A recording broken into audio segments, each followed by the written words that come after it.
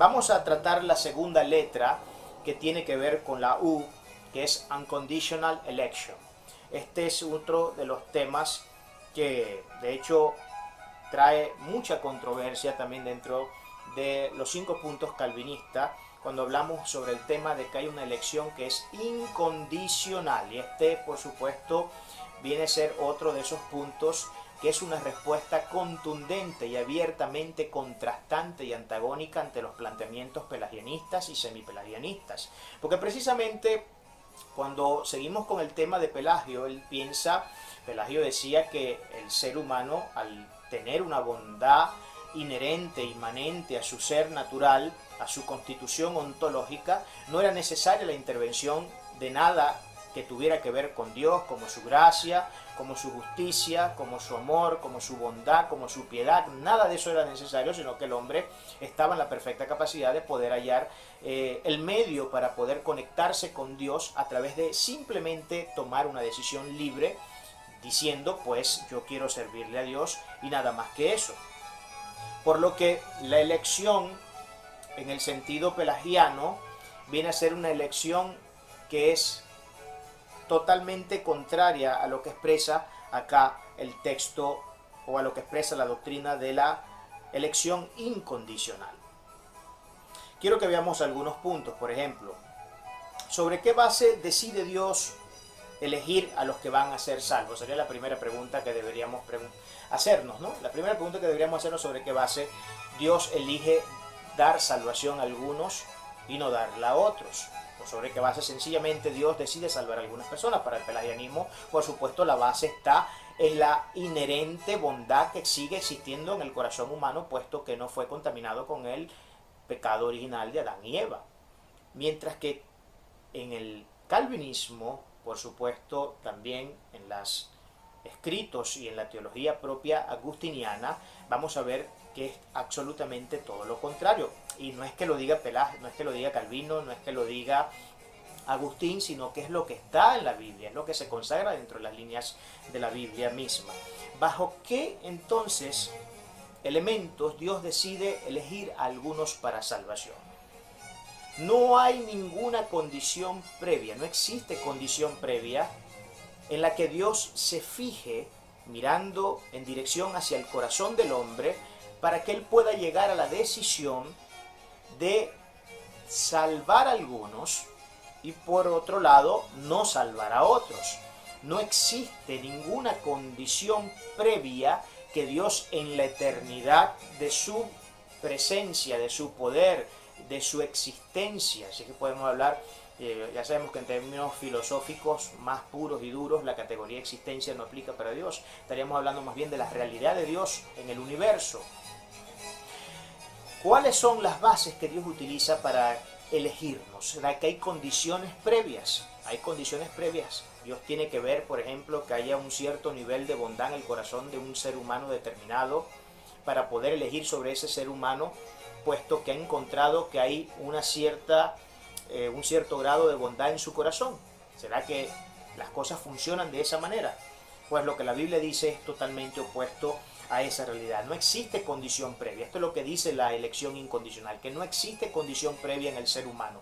No es que Dios elige a algunos y a los que elige para salvación los ha elegido porque ha encontrado que sus corazones son muy buenos, o que son medianamente buenos, o que por lo menos son más buenos que los corazones del resto de seres humanos que existen en el universo, porque de hecho la Biblia habla totalmente lo contrario en ese sentido, y que por supuesto decide no elegir a otros porque distinto a este grupo que tiene una bondad inherente en su corazón, en estos ha podido ver que no existe ningún tipo de bondad en sus corazones. Es una decisión en este sentido entonces completamente soberana y unilateral de la gracia de Dios. La gracia electiva y soberana de Dios es la que toma estas decisiones, no basándose en ningún elemento previo que pueda encontrar en el ser humano, más que en su propia gracia soberana y en su amor infinito, y en sencillamente aplicar misericordia a quienes quieren aplicar misericordia, y no aplicar misericordia, abstenerse de su misericordia y de su gracia contra aquellos a quienes no quiere derramar su misericordia y su gracia. Y esto es un texto, eso es una realidad que está claramente dentro de las Sagradas Escrituras. Entonces acá no estamos ante la posibilidad que plantearía en este caso Pelagio al decir que el tema, y el mismo Arminio por supuesto también, al decir que el tema, y no estoy diciendo que arminianismo y pelagianismo sean exactamente lo mismo, por supuesto que existen grandes distinciones entre el arminianismo y el pelagianismo. Yo sé que hay mucha gente que tiende a confundir y tiende por lo general a homologar toda la doctrina arminiana con la doctrina pelagiana. No son exactamente lo mismo, por supuesto que no. No podemos decir, creo que es caer en un grave error decir que el arminianismo es una forma de semipelagianismo o de pelagianismo. No tiene nada que ver con eso. Pero bueno, tratando el tema acá porque no me quiero ir por esas ramas, porque entonces no terminaríamos nunca y pretendo terminar y finalizar este tema en una hora máximo para darles por lo menos una noción general, básica, por lo menos una panorámica, aunque sea un poco muy abstracta, de lo que son estos puntos. Ya usted pues se dedicará en su decisión de ir un poco más allá, de ir un poco más profundo sobre estos puntos tan interesantísimos. Al ser la elección de Dios una cuestión que se da fuera del orden de lo que Él puede ver dentro de un ser humano para decidir tomar una decisión sobre este, estamos entendiendo, y con esto debemos entender claramente, que no es un tema que se decide en el arbitrio del ser humano, es decir, en el libre albedrío, en la libre decisión que nosotros tenemos en nuestras vidas y que podemos aplicar para muchas áreas de la vida. En este sentido nosotros, el ser humano, no tiene la capacidad moral, no tiene la capacidad espiritual para decidir por Dios. No tiene, de hecho, no hay un solo ser humano que busca a Dios. Es Dios siempre el que busca al ser humano. Nunca es el hombre el que busca a Dios. Vamos a ver rápidamente unos textos. Romanos 9 del 10 al 16. Dice de la siguiente manera: y no solo esto, sino también cuando Rebeca concibió de uno, de Isaac nuestro padre, pues no había aún nacido, ni habían hecho aún ni mal ni bien, para que el propósito de Dios conforme a la elección permaneciese, no por las obras, sino por el que llama. Se le dijo el mayor servirá al menor. Como está escrito, a Jacob amé, mas a Esaú aborrecí. ¿Qué pues diremos?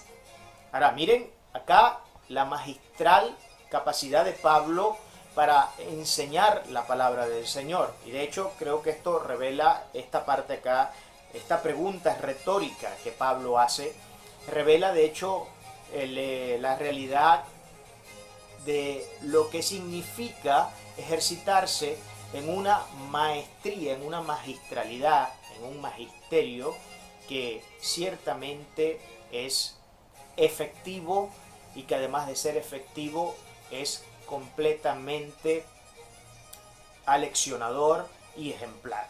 Miren lo que dice Pablo ante esta expresión y ante toda esta exposición que viene dando cuando dice esto. Él se anticipa, y lo que quiero decir acá es que un buen maestro siempre se anticipa ante las posibles preguntas de sus alumnos. Y esto es precisamente lo que Pablo está haciendo acá. ¿Qué pues diremos? Pregunta. ¿Que hay injusticia en Dios?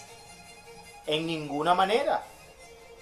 Pues a Moisés dice, tendré misericordia del que yo tenga misericordia y me compadeceré del que yo me compadezca.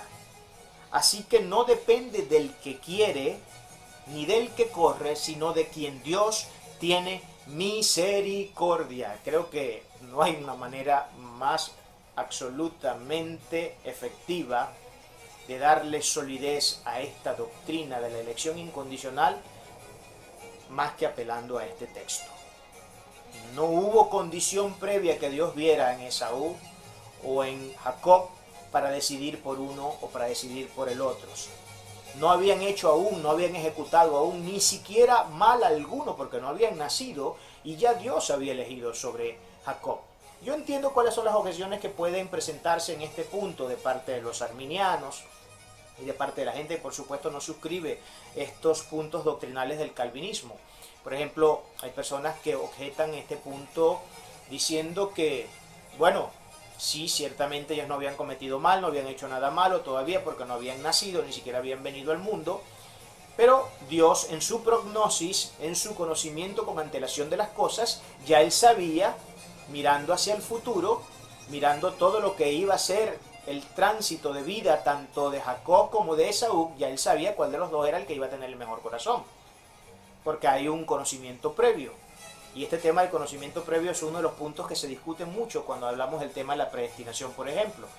Porque Dios a los que llamó, a esos primeros conoció, dice que para primero haber podido llamar, tuvo que haber conocido de antemano, tuvo que haber conocido primero. Y claro, el término conocimiento acá, y este es la objeción suprema que tienden a utilizar siempre los adversarios del calvinismo y de estos 5 puntos de su doctrina, pero el hecho para mí se resuelve de una manera muy sencilla y creo que este es un tema definitivamente que no debería llevarnos a creer que estamos ante una objeción que definitivamente es tan pero tan formidable y tan efectiva y tan poderosa que puede sin duda alguna destrozar, puede desquebrajar, puede desarticular todo lo que nosotros creemos cuando hablamos de la elección incondicional.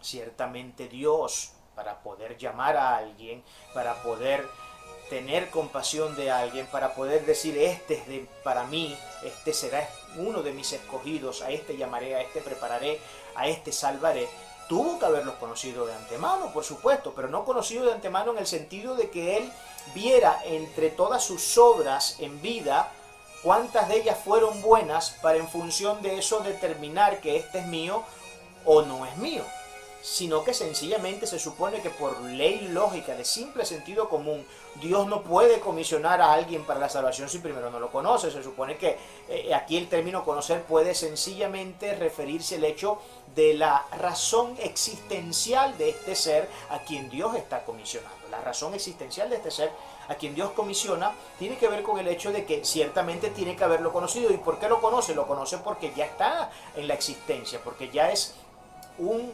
ser que se deriva de la creación del poder creador de Dios. Por tanto, se deriva del poder creador de Dios. Ese ser viene a la existencia y por tanto viene a la existencia, es conocido por Dios. De hecho, mucho antes de que venga siquiera a la existencia, es un ser que ya es conocido por Dios.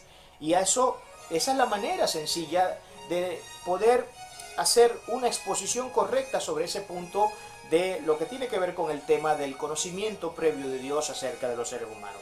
Pero Dios no decide en función de ese conocimiento previo. Dios no decide en función de que Él ve que unos, al ser más bondadosos que otros, por eso Dios los tiene como posibles personas que pueden tener el beneficio de la salvación, que pueden tener el beneficio de la misericordia y la gracia de Dios. La elección es absolutamente incondicional. Ahí acabamos de leer el texto y acabo de darles una pequeña explicación también a la objeción que clásicamente, históricamente suele siempre presentarse cuando hablamos de la elección incondicional.